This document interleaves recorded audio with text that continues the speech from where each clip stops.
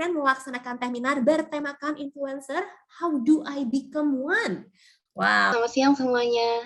Semoga kabarnya baik-baik aja ya. Jadi perkenalkan, nama saya Fioni Giovanni. Mungkin tadi udah diperkenalkan sedikit oleh Kak Sheila, dan aku akan memperkenalkan diri lebih lanjut. Jadi saat ini saya merupakan presiden dari New USB School, itu adalah sekolah bisnis gratis di pengembangan mindset dan soft skill entrepreneurship untuk generasi muda Indonesia. Sebelumnya juga saya pernah mengajar di alma mater saya di Sekolah Bisnis dan Manajemen Institut Teknologi Bandung, dan saat ini sedang mempersiapkan untuk lanjut studi di Amerika Serikat. Selain itu, di waktu luang juga saya mengembangkan media sosial di YouTube, berbagi konten edukasi dan informasi seputar perkuliahan, juga di Instagram untuk konten yang lebih ke keseharian. Nah, banyak banget yang nanya, sebenarnya bisa nggak sih Kak semua orang tuh jadi influencer? Jawabannya sebenarnya bisa, karena seperti yang bisa kita lihat, influencer itu kan artinya orang yang bisa mempengaruhi orang lain. Dan dalam term marketing pun, influencer itu adalah orang yang memiliki kemampuan untuk mempengaruhi potential buyer. Jadi sebenarnya kita sebagai manusia itu memiliki kemampuan untuk mempengaruhi orang itu loh. Tapi mungkin ada beberapa teknik untuk menjadi influencer yang sukses di masa depan. Oh iya, sebelumnya untuk prospeknya sendiri ada banyak ya influencer itu. Yang pertama pastinya public figure, karena kita mempengaruhi suara masyarakat, seperti yang tadi Kak Sheila jelaskan, mempengaruhi opini publik juga. Terus bisa juga jadi entrepreneur. Banyak banget contohnya, seperti Kak Titan Taira, beliau merupakan influencer di beauty dan sekarang memiliki brand makeup sendiri, Second Date. Lalu selanjutnya juga bisa jadi brand ambassador. Karena itu tadi kita mempengaruhi opini publik, jadi kita bisa membantu mempublikasikan suatu produk atau jasa yang menurut kita bermanfaat buat masyarakat. Jadi orang lain juga ikutan. Nah, terus skill apa aja sih yang dibutuhin untuk menjadi seorang influencer yang sukses? Ini ada 7, aku lihat kumpulin dari influencer-influencer yang udah sukses maupun influencer mikro yang berpotensi jadi influencer besar di masa depan. Yang pertama, yaitu skill komunikasi. Ini udah pasti banget, karena sebagai influencer, kita harus bisa menyampaikan maksud, pesan kepada audiens, dan kalau misalnya pesannya nggak ditangkap, itu akan sulit untuk mempengaruhi. Lalu yang kedua adalah branding. Nah, skill branding ini yang membedakan kita sebagai influencer dengan influencer lainnya, teman-teman.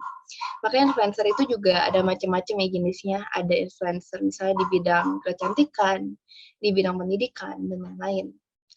Lalu juga ada skill kreativitas. Ini penting banget agar konten yang kita sampaikan itu nggak gitu-gitu aja, dan pastinya akan menarik lebih banyak audiens. Lalu yang keempat adalah skill interpersonal. Sebagai influencer, pastinya kita akan bekerja sama dengan orang lain. Entah itu untuk keperluan sponsor, atau mungkin ada kolaborasi dengan influencer lain. Bahkan kemampuan untuk bergaul dengan followers kita sendiri. Dibutuhkan interpersonal yang baik agar hubungan kita juga baik dengan orang-orang dan bisa menciptakan sinergi dari kolaborasi yang kita lakukan. Terus selain itu juga ada skill visual atau editing. Karena sebagai influencer pastinya kita akan membuat konten.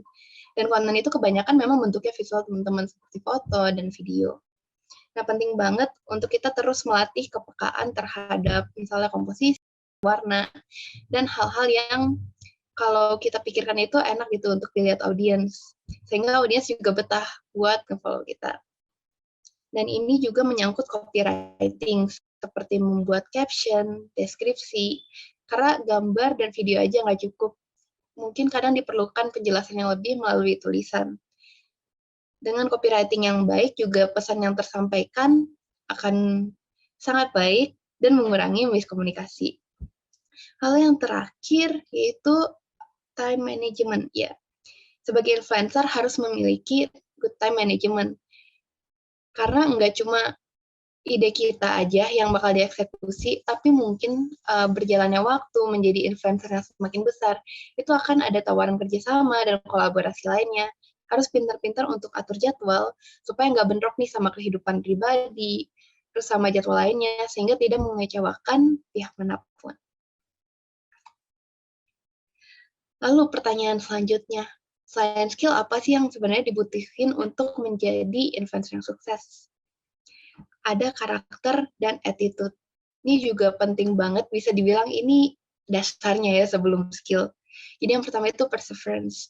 Karena semua influencer itu pasti mulai dari awal. Mungkin setiap orang titik startnya berbeda-beda, teman-teman. Tapi mau titik startnya dimanapun, itu perlu yang namanya perseverance atau keuletan. Seperti upload kontennya sering dan teratur, terus juga nggak nyerah walau misalnya lagi down atau kita merasa kok gini-gini aja ya keadaan kita sebagai influencer. Karena dengan keuletan tersebut kita pasti bakal maju walaupun setiap orang punya pace-nya masing-masing. Lalu yang kedua adalah karakter yang menghargai. Menghargai ini dalam arti menghargai diri sendiri dan orang lain. Jadi menghargai diri sendiri sebagai influencer. Kita kalau punya pemikiran terus orang lain gak setuju, ya nggak apa-apa gitu, kita tetap respect sama diri kita, bukan berarti kalau orang nggak suka sama kita, itu diri kita memang jelek. Lalu juga respect ke orang-orang, seperti nggak apa-apa pendapat kita berbeda-beda, tapi kita sama-sama manusia yang sama-sama belajar juga. Jangan lupa untuk respect ke influencer lainnya juga, tetap menjaga hubungan baik, karena zaman sekarang itu bukan zamannya sikut-sikutan atau mungkin kompetisi yang ambisi, tapi zamannya kolaborasi. Lalu yang ketiga, yaitu karakter komitmen. Ini mirip sama perseverance, teman-teman. Jadi kalau udah jadi influencer itu memang harus komitmen, entah itu di kualitas kontennya, maupun mungkin ada brand ataupun sponsor yang kita mau sampaikan ke audiens kita. Itu harus komitmen, misalnya dari deadline, dari kualitas, dan lain-lain. Yang keempat itu passionate atau menyukai apa yang kita lakukan. Ini penting banget karena nanti sebagai influencer mungkin aja kita ada titik jenuh. Ya namanya manusia pasti ada titik jenuh sih. Tapi kalau emang kita passion di bidang tersebut, pasti bakal balik lagi. Dan ini juga penting makanya untuk kita memilih branding yang tepat. Itu bakal aku bahas di slide selanjutnya, bagaimana cara membangun branding. Lalu karakter yang kelima itu adalah authenticity. Jadi ini mirip skill yang tadi, yaitu keunikan. Apa sih yang membedain kita sama influencer lainnya? Dan gak cuma itu, kita juga harus bangga dengan diri kita yang kita present di media sosial. Karena influencer yang konsisten itulah yang paling baik sebenarnya. Terus selanjutnya juga ada karakter adaptif. Jadi kita bisa beradaptasi dengan keadaan saat ini maupun di masa depan. Karena seperti yang kita tahu, dunia marketing zaman sekarang itu konsumennya itu nggak loyal kayak zaman dulu. Jadi untuk di zaman sekarang tuh gampang banget untuk menggait konsumen, tapi gampang juga untuk kehilangan konsumen, teman-teman. Kayak kita harus bisa beradaptasi dengan tren-tren yang ada, tapi tetap dengan menjaga nilai diri sendiri. Terima kasih kepada teman-teman semua yang sudah ikut berpartisipasi serta meluangkan waktunya dalam acara webinar kali ini dengan judul Influencer How Do I Become One. Jadi sebelum kita memulai presentasi kali ini, kita membahas tentang influencer. Tadi sudah dibahas sedikit sama Kak Sheila mengenai influencer itu apa. Teman-teman, dikutip dari Influencer Marketing Hub, arti influencer itu adalah seseorang yang memiliki kekuatan untuk mempengaruhi keputusan kepada orang lain, karena ia memiliki otoritas, pengetahuan posisi, atau karena hubungannya dengan publik atau audiens. Atau secara singkatnya, influencer itu adalah seseorang yang mempunyai pengaruh besar terhadap followers di sosial medianya. Lalu selanjutnya, apakah semua orang bisa menjadi influencer? Tentu, jawabannya adalah bisa. Sebab apa? Semua orang bisa menjadi influencer, walaupun followersnya itu 5, 15, 20. Itu semua bisa jadi bahan inspirasi buat orang lain. Dengan catatan, yang terpenting ialah unggahan hal yang benar terjadi, bukan rekayasa. Sebagai influencer, kita tidak hanya mengunggah kebahagiaan palsu seperti, oh my life is so good, kita bisa jujur dan apa adanya, tapi positif. Dalam artian apa? Apa yang kita sharing ke sosial media menjadi penilaian kepada followers kita di sosial media. Oleh karena itu, kita bisa men-sharing lagi sekiranya apa yang kita sharing itu berbaur positif untuk diikuti. Oke, lanjut. Apakah semua orang bisa menjadi influencer? Tentu bisa, sudah kita bahas. Dan selanjutnya adalah prospek karir influencer pada tahun 2022. Belakangan ini tentu influencer menjadi karir atau prospek kerja yang kita dambakan. Karena apa? Hal mudah tetapi tantangannya juga sulit. Seperti mungkin kemajuan teknologi pada era digital ini sungguh cepat sehingga kita dapat begitu cepat untuk memperoleh hal itu. Contohnya di sini banyak pilihan dalam pembuatan konten. Semakin berkembangnya media sosial, maka konten juga semakin variatif. Video merupakan salah satu jenis konten yang paling sering dibuat oleh seorang influencer. Video yang menarik tujuannya untuk mempromosikan suatu produk atau brand. Mungkin ini berlaku untuk influencer marketing. Lalu yang kedua itu perkembangan agensi influencer marketing. Karena semakin banyak influencer yang bermunculan, maka agensi-agensi pun ikut menaungi influencer tersebut. Jadi prospek kerjanya atau prospek karirnya gimana sih? Bisa dibilang cukup ada ya, karena kita bisa memanfaatkan media sosial seperti Instagram. Mungkin yang lagi happening sekarang adalah TikTok. Kita bisa review produk dari e-commerce seperti Shopee, Tokopedia, Lazada, dan lain sebagainya. Dan di situ kita akan mendapat profit dari apa yang telah kita share atau apa yang telah kita promosikan. Lanjut, skill apa yang wajib dimiliki oleh seorang influencer? Yaitu di sini aku akan menjelaskan 4 skill yang wajib dimiliki oleh influencer. Yang pertama adalah jiwa kreatif, yang kedua adalah percaya diri, yang ketiga adalah mampu melihat tren, yang keempat, sorry itu salah pengetikan huruf atau angka, yang keempat itu adalah mampu mempelajari karakter sosial media. Yang pertama kita bahas adalah jiwa kreatif. Yang dimaksud jiwa kreatif adalah kita bisa mengembangkan kira-kira ide apa aja sih yang kita akan tampilkan untuk konten kita, misalnya Instagram, TikTok, ataupun lain sebagainya. Misalnya untuk Instagram sendiri, karena aku sudah membuat atau Instagram akun online shop seperti Fashion Goals ini, maka aku sering sharing-sharing mengenai fashion di Instagram. Dan karena TikTok juga lagi happening, aku juga beberapa kali sering share produk-produk di TikTok dan keuntungannya pun cukup karena viewers dari TikTok ini sendiri cukup besar.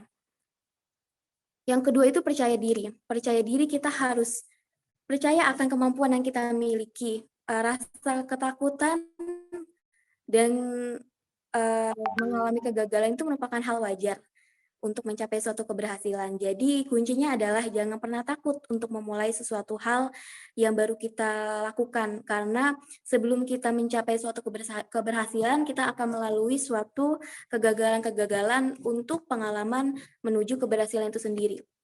Jadi harus yakin akan kemampuan yang kita miliki. Lanjut, mampu melihat tren. Dalam artian, kita harus membaca peluang kita nih. Karena sosial media ini lagi happening sekali, Instagram misalnya, TikTok, dan lain sebagainya, kita harus mampu. Misalnya Instagram, mungkin misalnya seperti OTD yang lagi happening, Instagram pun seperti itu, dan TikTok pun seperti itu. Lanjut ke 4, yaitu mampu mempelajari karakter sosial media.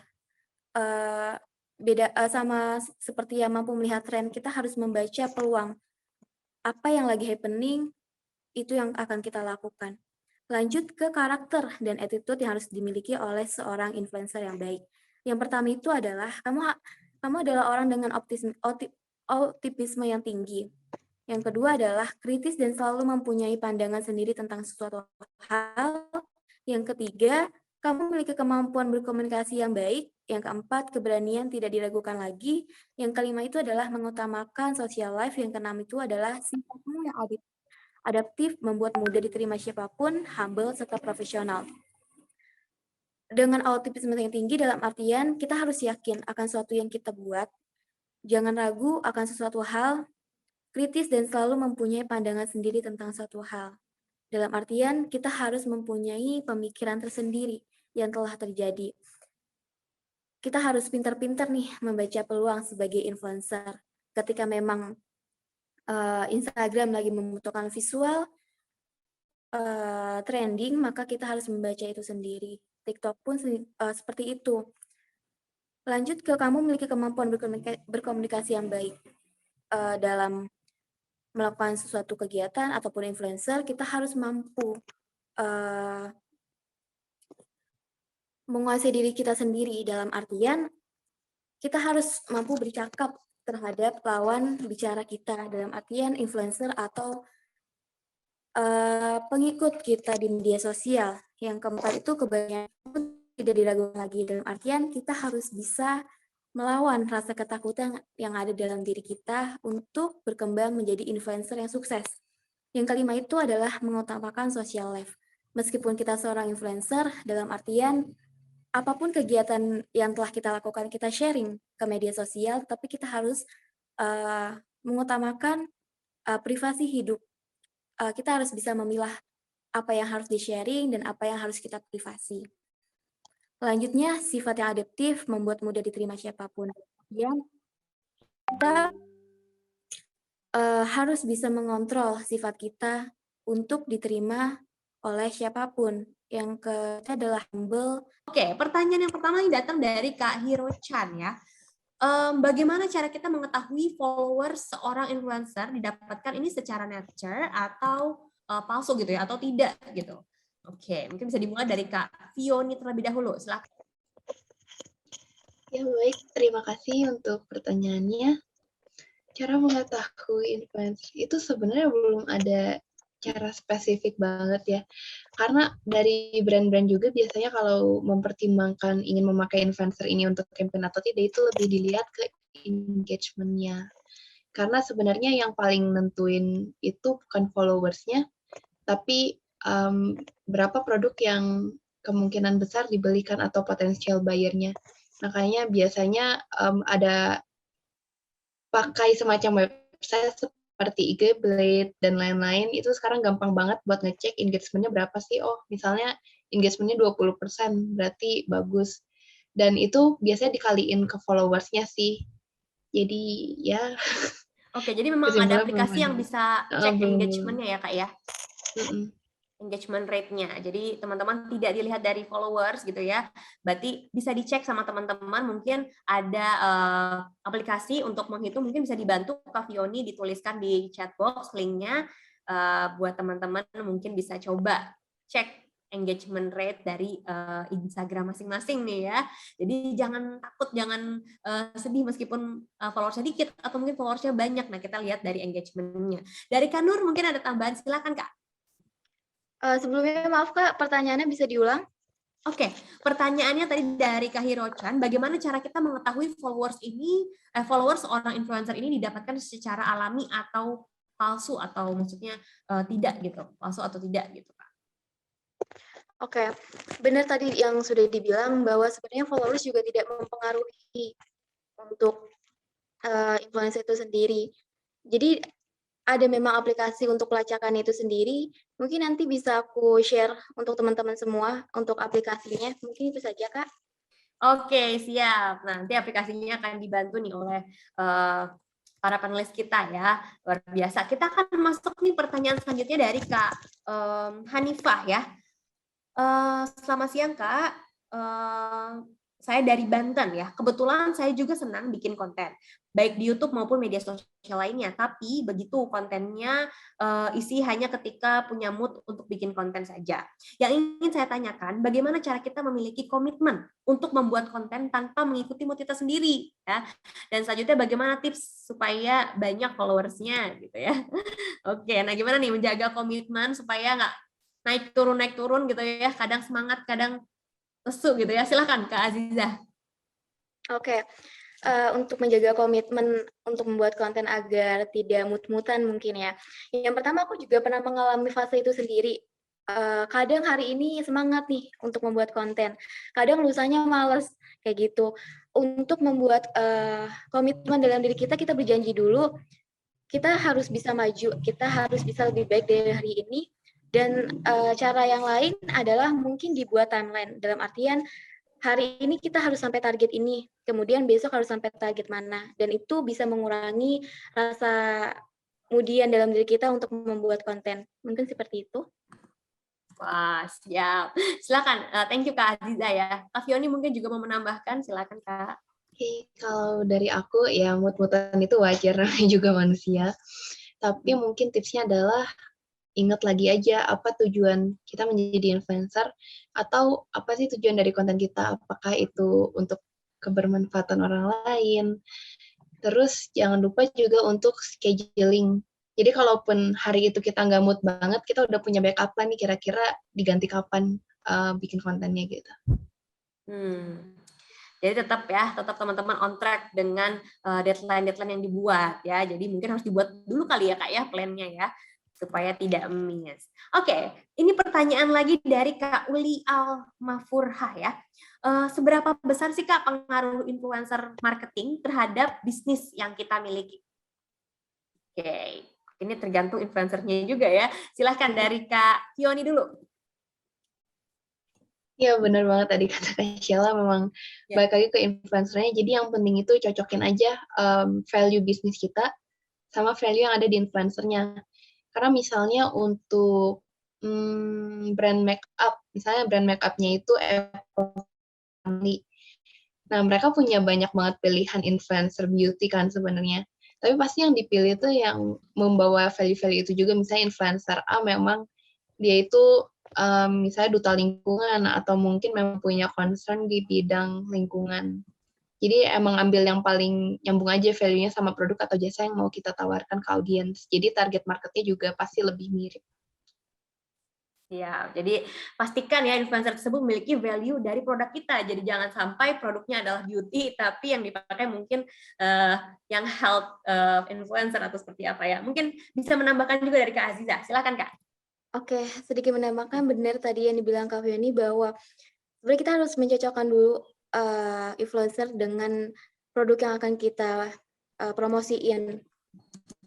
Jadi kalau misalnya dibilang seberapa penting banget dalam artian kita harus pintar-pintar memilih nih influencer yang sekiranya akan membawa pengaruh besar terhadap promosi yang telah kita lakukan, terhadap followers yang dia miliki. Jadi kita harus pintar-pintar. Mungkin ketika melakukan itu, yaitu harus seleksinya lebih ketat lagi. Mungkin itu. Oke, siap. Jadi harus difilter dulu ya teman-teman. Jadi jangan sampai menggunakan influencer di bisnis kita, tapi ternyata nanti hasilnya kurang gitu ya. Oke, tapi ada juga yang langsung melejit sekali gitu ya. Kalau cocok dan tepat. Oke, ini pertanyaan dari Kak Danik Purwandari ya. Mahal atau tidaknya influencer dipengaruhi oleh apa aja sih Kak? Tren pemasaran digital untuk influencer marketing supaya lebih efektif dan efisien untuk UMKM gimana nih Kak? Strategi, ada banyak sekali ya pertanyaannya. Oke, satu-satu dulu ya. Mungkin dari mahal tidak influencer dipengaruhi oleh siapa? Oleh apa saja Kak? Ya, dan gimana tren pemasaran digital supaya lebih efektif dan efisien untuk UMKM? Itu dulu ya, mungkin dari Kak Aziza dulu, silakan Kak. Oke, mahal atau tidaknya influencer itu bisa dilihat dari kualitas konten itu sendiri mungkin ya. Biasanya apa yang kita sajikan mungkin itu akan membuahkan hasil untuk pemilik brand atau barang itu sendiri. Jadi yang pertama itu adalah konten yang dihasilkan, terus yang berpengaruh juga yang kita tidak bisa pungkiri adalah followers-nya itu sendiri dan kualitas dari influencer dan serta pengaruh yang diberikan influencer terhadap followers-nya. Dan bagaimana sih cara efektif tadi ya untuk UMKM. Jadi efektifnya mungkin ada beberapa cara sih untuk UMKM yang bisa dimulai, yaitu kita cari dulu beberapa influencer dengan budget yang tidak terlalu tinggi, yang tidak menguras budget yang kita miliki. Jadi perlahan aja step by step, pertama dari influencer yang tidak mempunyai pengaruh besar, tapi kita tidak bisa pungkiri juga meskipun influencer tersebut tidak mempunyai followers yang begitu banyak, tapi kadangkala dia juga memberikan feedback yang besar bagi kita karena followersnya itu sendiri. Jadi untuk permulaan mungkin influencernya dimulai dari tahapan rendah dulu, itu sih. Oke, siap Kak Aziza. Mungkin dari Kak Fioni juga mau menambahkan? Baik, kalau dari aku, tadi pertanyaan apa jadi lupa lagi ya, Mbak? Iya, pertanyaannya mahal tidaknya influencer ini iya, dipengaruhi oke. oleh apa sih Kak? Gimana supaya efektif ya di UMKM? Sebenarnya untuk create influencer sendiri tuh nggak ada yang fix ya sebenarnya, karena ini tuh jasa, jadi orang pasti nge-feel-nya beda-beda, tapi dari yang aku amatin, itu yang pertama itu jasanya dulu. Jasa influencer apa sih yang mau dibeli, misalnya ya kalau di Instagram ada story, ada feed, itu pasti beda harganya, karena itu juga menghitung effort dari influencer tersebut kan untuk membuat kontennya. Lalu campaign-nya juga seperti apa. Lalu yang kedua adalah branding. Menurut aku branding ini ngaruh banget karena salah satu nilai penting influencer itu ya branding dia di masyarakat dikenalnya sebagai apa. Dan kalau branding dia cocok dengan produk yang kita pasarkan, itu success rate-nya kemungkinan lebih besar. Jadi mungkin dua itu yang paling mengaruhi harga. Lalu untuk strategi marketing UMKM, kalau menurut aku itu juga depend, balik lagi ke produknya. Apakah strateginya mau masif, jadi kayak influencernya yang mikro semua nggak apa-apa, tapi banyak langsung. Jadi orang-orang ngerasa kayak, kok tiba-tiba semua orang kayak pakai produk ini ya. Atau mungkin langsung tembak brand ambassador yang memang dia brandingnya itu udah kuat dan mungkin masuknya macro influencer. Selain itu juga mungkin bisa menggunakan jasa dari marketing agency, karena ada kan agensi yang ngelola influencer tersebut untuk buat campaign. Jadi caranya ada banyak sebenarnya, tinggal dicocokin aja budget sama kebutuhan. Oke, siap. Semoga sudah terjawab ya nih ya Kak Danik. Ada satu pertanyaan lagi dari Kak Danik ya. Strategi kreatif untuk penggunaan platformnya Kak dan teknologi untuk influencer marketing bagaimana? Wah, ini maksudnya apa ya? Sebentar. Strategi kreatif dalam menggunakan platformnya. Oh, mungkin jadi harus di platform apa nih Kak? Apakah mungkin TikTok gitu ya, atau di Instagram, di YouTube? Nah, ini seperti apa nih untuk influencer marketing? Yang jawab aku dulu. Oh iya, silakan dari Kak Okay. Fioni dulu boleh. Jadi untuk strategi kreatif itu ya baik lagi ke orangnya, seberapa waktu yang disisihkan. Kayak aku juga kan nggak aktif di semua, aku nggak punya TikTok, aku cuma aktifnya di Instagram sama YouTube, tapi paling cocok di Instagram. Nah, selain dari waktu juga kita mungkin ke kenyamanan konten kali ya, karena tiap platform itu kan beda-beda ya, manfaat alat kontennya. Kalau misalnya pengen video tapi yang gampang YouTube, tapi kalau misalnya mau yang durasinya memang panjang, mungkin pesan yang disampaikan lebih beragam dan lebih dalam, itu bisa di YouTube. Jadi balik lagi emang harus coba-coba dulu sih, nanti juga nemu sendiri pace-nya di mana dan kira-kira brandingnya lebih kuat di mana sih dan sebagai apa. Itu pertanyaan pertama. Kedua tadi apa ya, Kak Sheila? Ya, itu sih pertanyaannya tadi. Platform itu saja. Oke, terima kasih. Dari Kak Azizah, silakan mau menambahkan. Oke, menambahkan sedikit. Jadi efektivitas dalam platform itu sendiri mungkin benar yang dibilang Kak Fiani tadi, bahwa coba-coba aja dulu sekiranya nyamannya di mana, karena kita juga harus mengenal kebutuhan kita apa nih. Kalau misalnya butuh durasinya panjang mungkin di YouTube, atau mungkin juga bisa di Instagram ataupun TikTok. Tapi selain media sosial itu sendiri, platform e-commerce juga bisa mempengaruhi, karena penggunaan atau pendaftaran untuk marketingnya sendiri cukup mudah untuk digunakan, seperti Shopee, Tokopedia, Lazada, dan lain sebagainya. Mungkin itu saja.